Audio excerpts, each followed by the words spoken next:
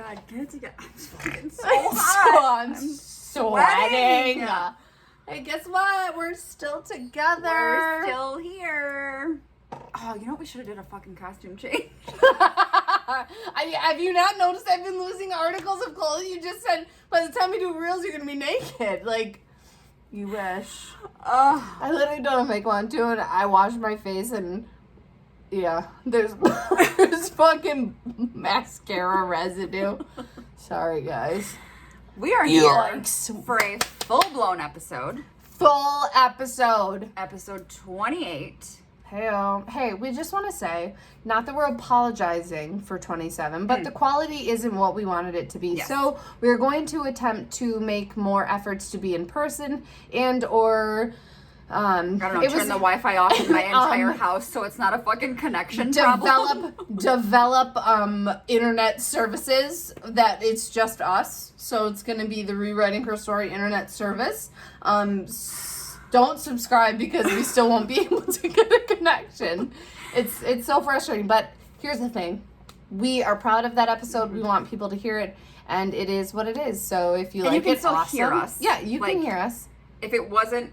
I was going to say legible. That doesn't fucking make sense. Yeah, if it wasn't readable. Hearable. Audible. Yes! Thank you. Wow. It's just because I listen to books on Audible every day. That is the only reason I got that. I'm no literary genius. I literally am like... Yes, we wouldn't release it if it was like literally complete trash or where it was like... that's not the case. It's just there's a little bit of like... crickly, crackly, staticky sometimes. Crickly, crackly, so static. Fucking anyways. Crickly, crackly, like a That was perfect. Oh God. Okay. I'm so glad we got the camera. That was great. Okay. That was great. Anyways, okay. Episode 28. What are we talking about? Wow. Because we're together. It has to be. It's because we're together. It has to be. It's that psychic connection we have. Stephanie, what are we talking about? We are talking about why we continue to choose the same types of partners in a relationship. Now, this isn't like a blanket statement that we all do this. However, how many of us have chosen partners that are similar to either previous partners or, dare I say, our parents? Oh. Right? I think it is I actually met with a client yesterday and she was talking about how for a long time she had the same pattern of like these pretty like destructive toxic relationships and like that's what she knew. So when she got in a healthy relationship, she's like, what the fuck am I supposed to do with this? Right? Because it's completely different. And I think that's a super common thing that happens because here's the thing. And again, I think this all comes down to self-worth. Yeah. Right? Yeah. If we don't have self-worth and we don't feel some type of way about ourselves that brings confidence, we will continue to choose people that are not healthy for us because we don't believe that we deserve better. And while that's very sad and frustrating, I'm sure, you are in control of changing that. You have the power to change that, right? Mm-hmm. So if I were to ask you, do you think that you had a type that you would gravitate towards? Now, here's what's hard, though. You're with your ex since you were like, I don't know, an infant. So a baby. Here's the thing, though. Like, he didn't match. I have never had a type. Okay. So that's the weird thing. From, like, the very beginning. Oh, I'm just going to out myself right here now. Chase Verbon was, like, my first, like, I hope you listen to this, I Chase. hope all of them do. I hope somebody tags them because, but he knew. Chase Verbon knew. He was my first kiss. I love you, Chase. He just had a baby in there. They're a beautiful family. So he was like my first person. And then there was Kyle Perfetto, which still, like, you're gorgeous. Anyways, we're just going to brush past that one. Like, they're not similar. But then when we got to high school, there was Adam. But I realistically feel like because my self-worth, sense of self was so low that somebody showed interest in me and I was like, oh. We're getting married now? What? Oh my God. Okay. Do you like me? Like, it was so much so that, and he was so attentive in the very beginning. so I was drawn to that because like words of affirmation, acts of service, like, oh my gosh, like that was my jam. And then getting married and him transitioning to a different person, life happens, people grow up, life situations happen. The death of his grandfather was a giant impact on him, which him and I were not together during that. And I know that was a huge thing for him. So I feel like that drastically altered the way that we were. But then also, then he went to the military and the military and how like we people, know what that does to people. So no need to go further with that. That also changed a lot. So that was just it changed a lot. Let's just say that. So I don't really necessarily feel like I had a type. It was just more so of like what speaks to me. Obviously, like when you're younger, it's like attraction and things like that. But then like I feel like the work that I did on myself allowed me to attract Jeffrey to me. Not that it was like this some sort of like seduction thing or this like weird thing, but the way that our relationship unfolded, it was definitely because I feel like there was work put in there. Sure. Right? Not that I have this big long laundry list of dating in my life, but if I think about when I was younger and the boys that I liked, or like my high school boyfriend, I liked broken bad boys. Like, and I blame 90210 because I loved Dylan McKay, and I was like, that is why I loved broken bad boys, because I wanted to fucking save you. Like I wanted to save Dylan McKay. Yes. So there's that. Yes. But I liked boys who were like troublemakers, and that was not good for my parents, let me tell you. I liked boys who were like, not that I wanted to rescue them, but maybe I did, right? Like I'm in this field for a reason. I love to help people. So yes. And yes, attraction was a big part of it, right? Like if you were hot and you were bad, oh, excuse me. Literally. I'm here for it, right? Ooh-wee. And now all that turns into an adulthood is like, you're just like emotionally unavailable addiction and unstable. Issues. So like, I'm not here for that. Addiction issues. I'm not here for that. No. Not at all. But I do think, again, because I had such low self-esteem and a really poor self-concept or self-worth, that like you, when they showed me attention, I was like, I'm here for it, right? But how many times did I go for the guy that was unattainable?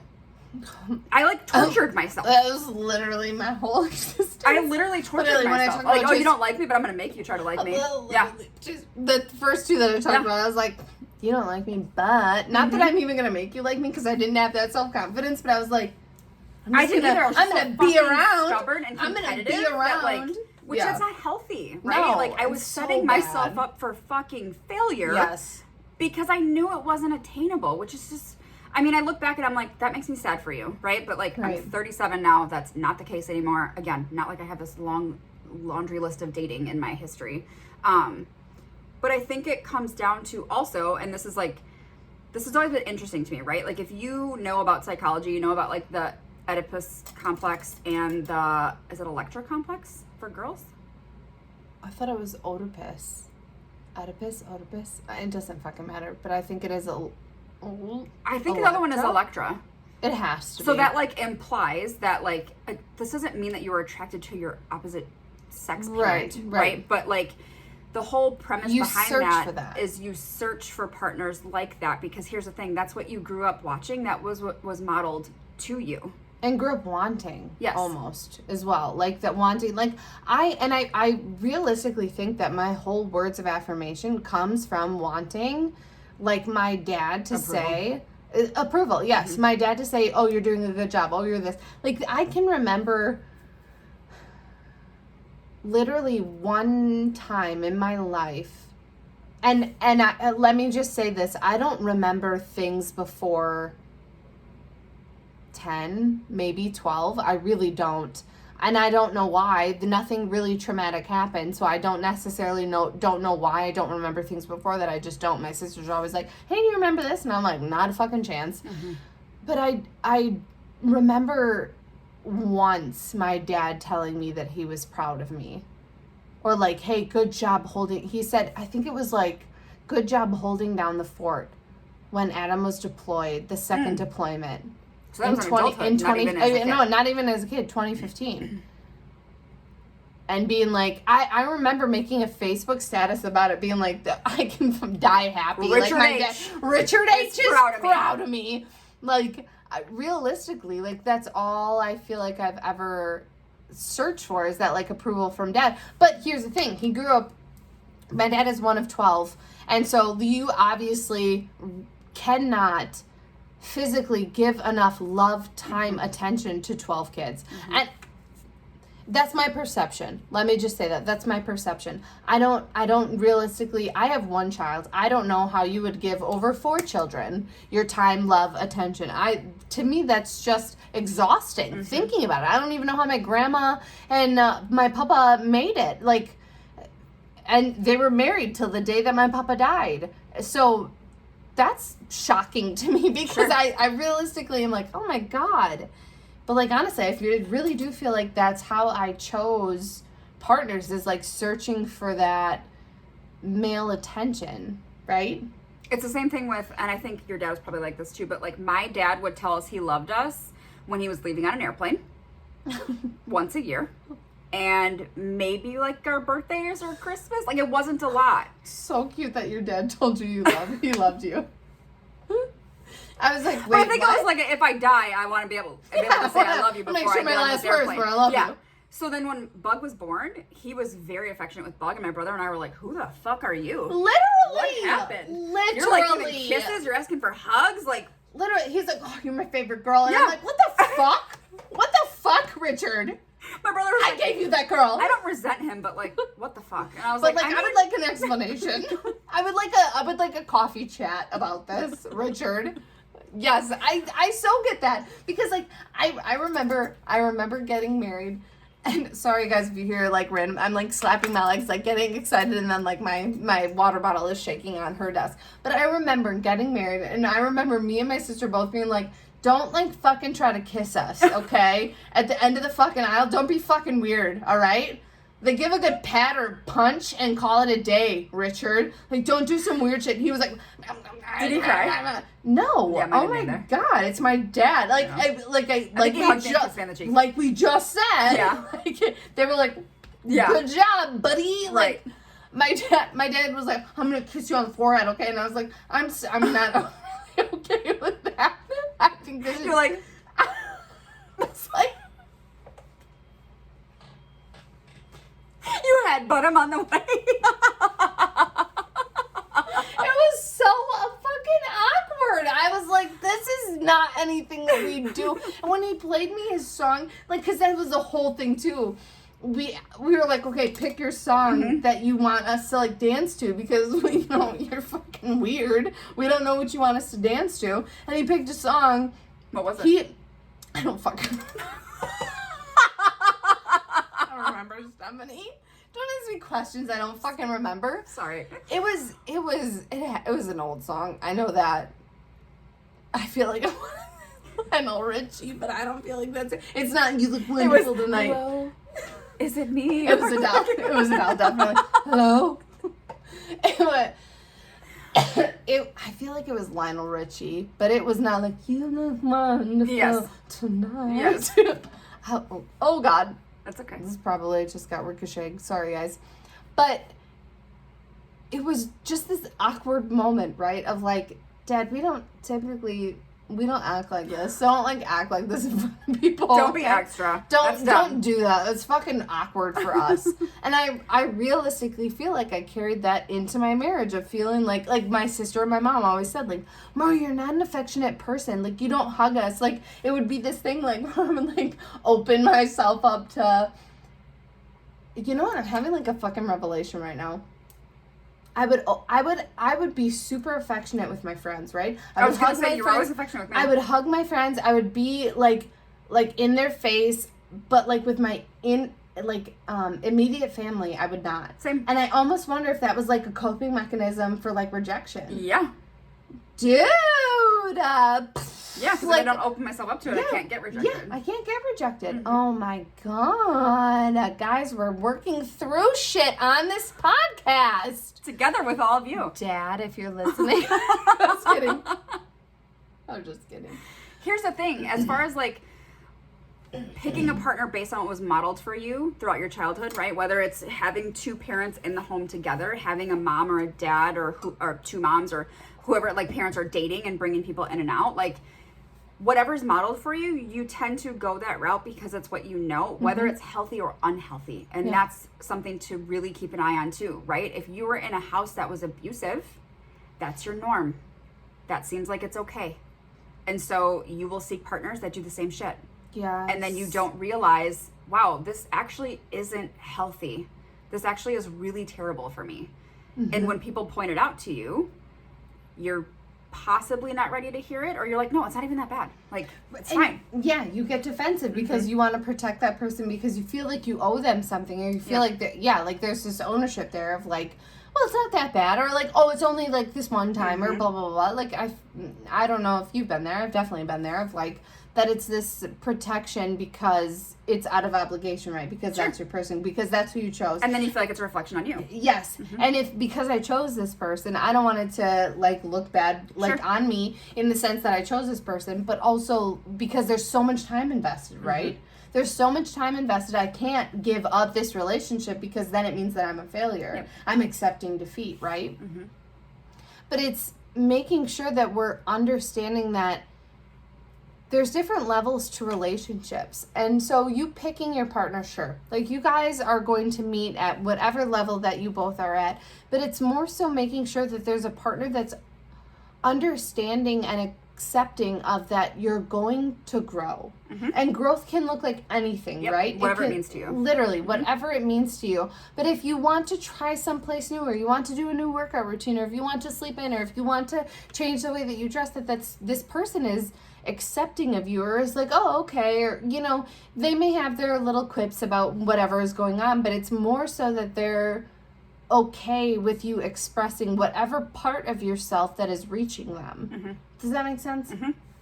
And when you are in a relationship that could be like more so an insecure attachment, like the attachment style is insecure, or if your partner is insecure, that is going to affect you, right? It's going to affect your ability to do things that you enjoy because of your partner's insecurity. It's going to affect who you communicate with because of insecurities. When I was talking to my client yesterday, I was like, how often is it that your partner isn't comfortable with you talking to the opposite sex? So then you think every time you do that you're doing something wrong and you're on edge, when in reality, you're not fucking doing anything wrong by having a conversation. But that's ingrained in you because it's their insecurity, right?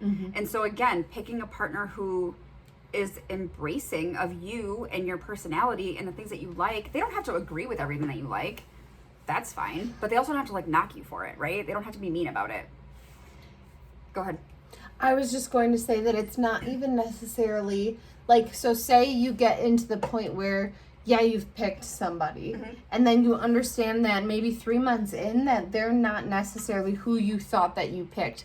The important thing is to be able to focus on what is making you happy, what are they bringing to the table, and what are you bringing to the table? And it, like how we've always talked about, if they're not bringing anything to the table to serve their greater good, then it's time to go. It's time to be done with this relationship.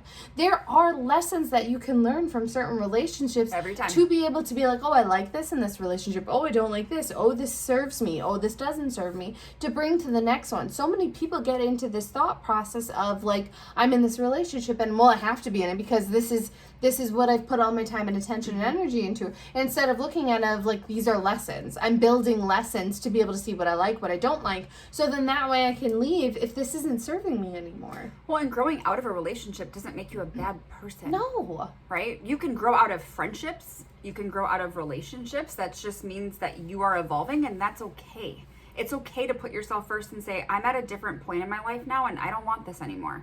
There's nothing wrong with that. If you are staying or repeating the same pattern over and over with the same types of partners because you have a fear of failure or change, you have to do that work. Nobody can do that for you, right? You have to talk to yourself about the fact that it doesn't mean that I'm a failure if I choose to leave a relationship that's unhealthy for me. It's the complete opposite. You are putting yourself first, and that's essential, right? That does not make you a failure. But I think society or other people's expectations that, well, it does mean that you failed because you didn't work hard enough for it. Yes. According oh my god. Who? Oh my god, that fucking meme in my generation. Yes. We fixed things that were broken. Yes.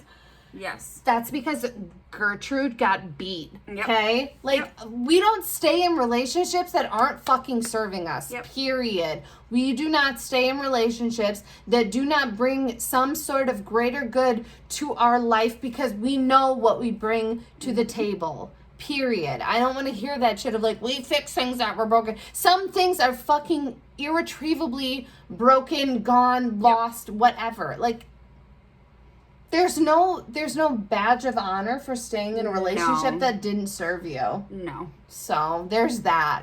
Well, and the other point of when you get into a relationship that is perhaps the polar opposite of what you're used to. Just like when you're starting with mindset work, right? You have practiced for so long behaving in this mindset. Now to change it up, you're like, well, this fucking feels weird. This is uncomfortable. And you want to back off and you want to quit. Yes. That's not helpful. That's not effective. So when you get into a new relationship and maybe they're more affectionate, maybe they're more communicative and they're appropriate with their communication and you're like, what the fuck do I do with that? Like, I want you to yell at me or like call me names because that's what I'm used to, right?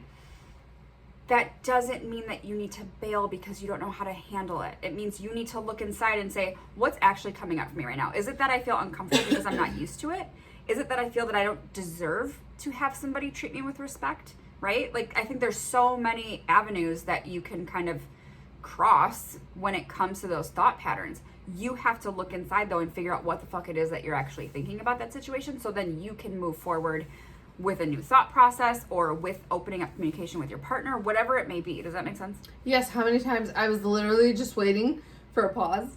Excuse me, and to be like, how many times did you have to talk me off the ledge when the first time, like, Jeff and I started talking, where he is not a texter.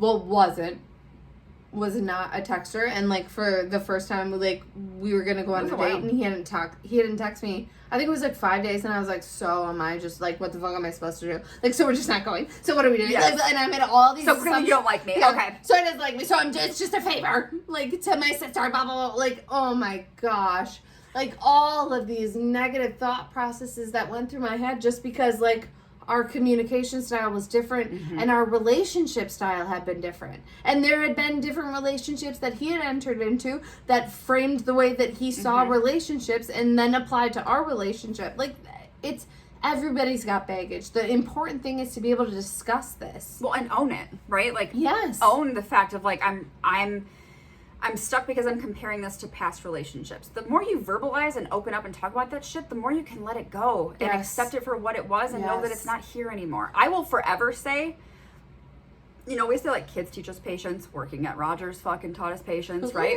But I will forever say that Jeff taught you patience like nobody else. Oh my God. More than I ever fucking knew. Wanted to. I was literally like, we're on day 5. Day 5 of no Never gonna talk to him communication. So he hates me. He doesn't want to be with me. And you're like, Mari, it's been 2 years, so I wish you'd shut the fuck up about this conversation. Like, it's so true, though, because those patterns die so hard. And I cannot tell you how many times I've prefaced to him, like in conversations or about the way that he says something of like, hey, my perception is that this has happened in past relationships and this is what I'm operating out of. Like, it is still more comfortable for me to verbalize vulnerable things via text versus in person. In person, he has never, ever, ever made me feel like I couldn't say whatever I wanted to him. Ever. He has always listened. He's always responded and always then took action to be able to make me feel more comfortable, which is why I love him. I have always been, though, that it's like, I have to revert to what I feel comfortable with, and that is, but part of me feels like that's just ingrained in me, right? As a therapist, is like words make me feel comfortable. So I want to make sure that I get it all out. I re-look through it. I make sure that it's exactly what I want to say, and then I send it. Not that I don't want to have this conversation in person, but my icebreaker of what I want to say makes me feel more comfortable. Well, and again, gathering your thoughts and seeing it in black and white is much different than trying to gather them in your head when you're in that moment, right? I tell people all the time, make a list of questions, make a list of thoughts. Like, do whatever it is you need to do to get them out so we can make sense of it. I know that when I'm in a hard, uncomfortable situation that I don't feel prepared for, I will forget a lot of what I fucking wanted to say. And then after the fact, I'm like, should have fucking said this. Why didn't I bring this up, right? Because I panic because I'm caught off guard. So, and here's the thing, I can't always prepare for hard conversations, whether it's with my best friend, my mom, a client. Like, I don't always have the time or energy or space to prepare, so it just is what it is, and you deal with it as you go. And if there is something I forgot to say, I'll bring it up later, right? Yeah. Like, if it was an important point that I wanted to make, I'll bring it up later, because to me, it's important to not internalize things. Yes. Because I did that my whole life, and I don't want to do that anymore. Yes. Because physically, I feel it everywhere. So, at the end of the day, when you are choosing partners that are similar to past partners that were unhealthy or ineffective or not great for you, it is going to take a large amount of self-reflection.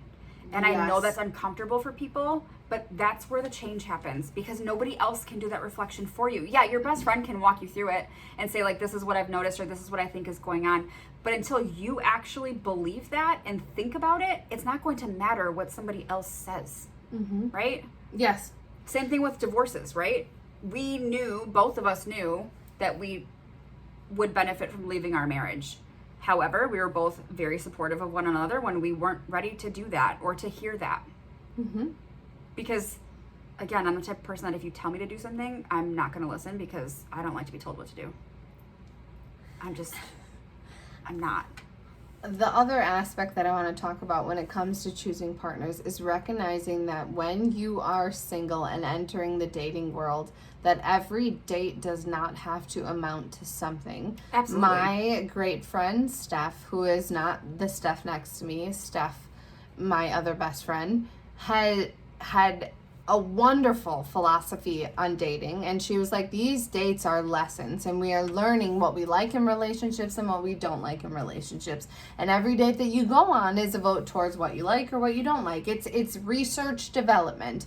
So it's not necessarily like we're sitting here leading people on. We're very upfront and open of like, hey, I'm dating multiple people, I'm seeing what's going on, what I like before I settle down, or whatever is going on in my life. But I'm out here in the dating world making sure that what I am getting myself into is what I want to. And I realistically feel like that's what worked best for me and Jeffrey, is Jeffrey and I would see each other every other 2 weeks. And I dated other people in between that in the very beginning of our relationship, because I'm seeing what is... It was a casual thing. Right. It was a very casual thing of like, what is entertaining me? What do I like? What do I not like?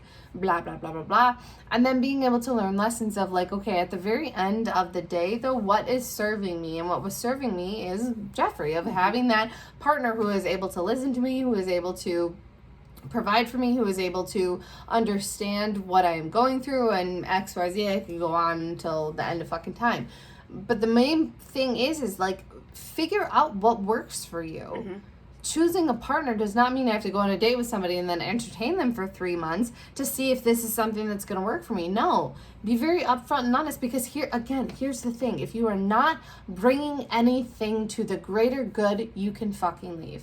You can leave. I know what I bring to the table. I know I have my own jobs. I can take care of myself. I am stable. I am this, I am that, blah, blah, blah, blah, blah. Know what you bring to the table to be able to say, this isn't serving me and I don't want to do this. You're not welcome here anymore. That's the most important thing. Self-reflection and understanding what you need and what you deserve. And it might sound silly to some people, but make a list of the attributes or traits that you want in a partner. Yes. Figure out what you want. You may already know what you don't want. Maybe you don't know. Maybe make a list of that too, right? Put it in black and white so you can actually see, this is what I would love to see in a partner of mine, right? I am a firm believer in manifestation and like putting things out into the universe and things coming to you and in the time that it's meant to. So again, it's doing that reflection of what would feel good to me? What does an ideal relationship look like? Write about it, like write a narrative about it. There's nothing wrong with that either, right? Right. There's many things that you can do, but I think it ultimately comes down to being reflective and not reactive. Don't just agree to a second date because they seem really into it if you're not. We're not doing things to appease other people anymore. You. We're not here for that. Thank you. Thank you. We're not. Thank you. I fucking love that guy so much. So much. So much. So yes, at the end of the day, reflect back on previous relationships, what worked, what didn't work, and have a mindset knowing I am in control of what I want to choose for my life. It's not up to other people. Other people don't get to dictate who you're going to date or who you're going to marry or what you're going to do with your life. You are in control of that. Yes. Makes sense? So Loud and clear. So much sense. Roger. 10-4. Copy that. As always, if you need to find us on Instagram, yes. we are at BEA_XO11 and at SpookyFitMom13 at Rewriting Her Story Podcast. You can email us if you feel so inclined at rewritingherstorypodcast@gmail.com. You can subscribe to our YouTube, which is also at Rewriting Her Story, not the podcast, no. just Rewriting Her Story Podcast. Yes. Yes. You can also subscribe to the podcast for extra goodies for a slight fee per month, but you're going to get extra episodes that aren't going to be available to everybody else.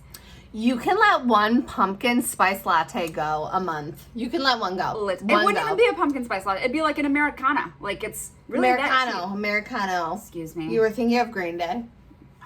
We can put Green Day on if you would like.